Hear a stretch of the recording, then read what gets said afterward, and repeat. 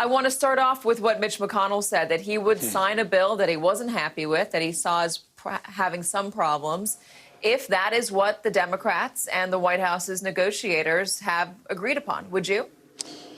It's pretty well what I heard in our Senate luncheon as well. And I think the consensus I get is that if it's close to the HEROES Act, I don't think that will be the case. I don't think you'll get enough Republicans coming along.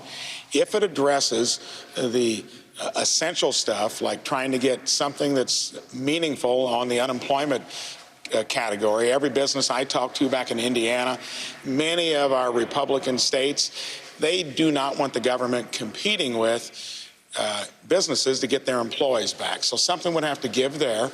Some businesses were left out in the original package, errors and omissions. Many of us think that could be done for less than $1 trillion, but I think if you get something that is practical and pragmatic, that's what the leader was talking about. Each of us will have to look at what our states want us to do. A place like Indiana puts a big emphasis on fiscal integrity and responsibility. So the top line level may be too much for my constituents to handle, but I think if you get what he described and it comes a long distance from the HEROES Act, that could very well happen. I don't think that's going to happen this week, probably sometime in a week or two. There are millions of Americans who are out of work, and many of them don't have jobs to go back to. Are you saying too bad to those Americans because you spoke with a few businesses who think that $600 is too much? Not at all. I think that we put out on the floor the ability to get unemployment benefits out there at the 600 level for a week or two while we get it together. The Democrats did vote against it. We put other options out there through unanimous consent.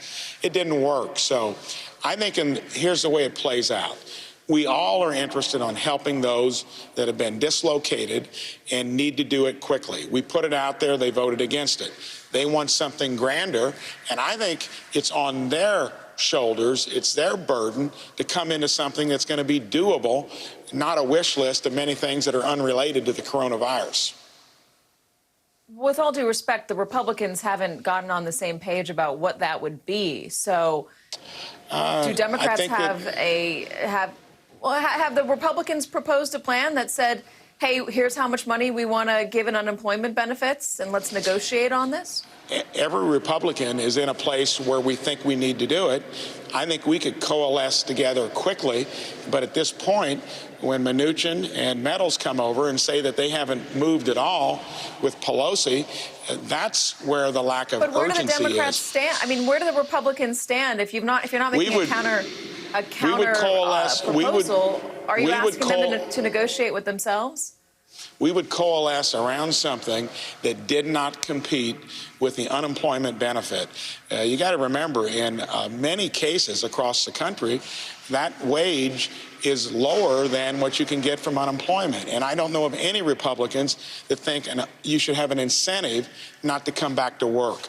We would come together on something quickly. Do you really think that that is an incentive not to go back to work? There was a Yale study that said that that is just not the case. And there's a number of Americans who have foregone that extra $600 to go back to work when the job is available to them. Do you really believe that there's just a bunch of lazy Americans sitting around and saying, I want to take this money and not go back to work?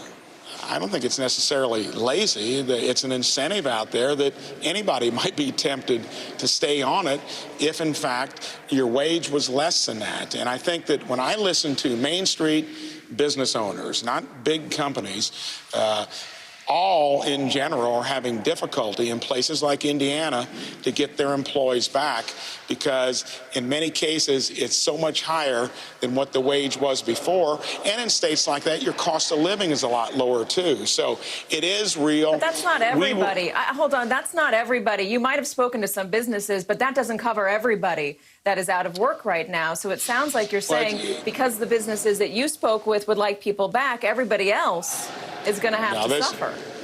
All of us have talked to a broad cross-section. This isn't like here or there. We're hearing it everywhere. So it's a consensus. And the fact is, we would come together on something that was focused on that, as long as it's not going to be something higher than what the prevailing wage is. My proposal Do you have a number was in mind? taking it up to 66%. Ron Johnson and I did as an option. There's another bill out there at 70, or there's a flat rate if your systems can't handle that in terms of the technology in 50 different states. Something that would work and not create that incentive not to come back to work. Senator Mike Braun, thanks so much for stopping by and talking to us. We appreciate it, sir. You bet.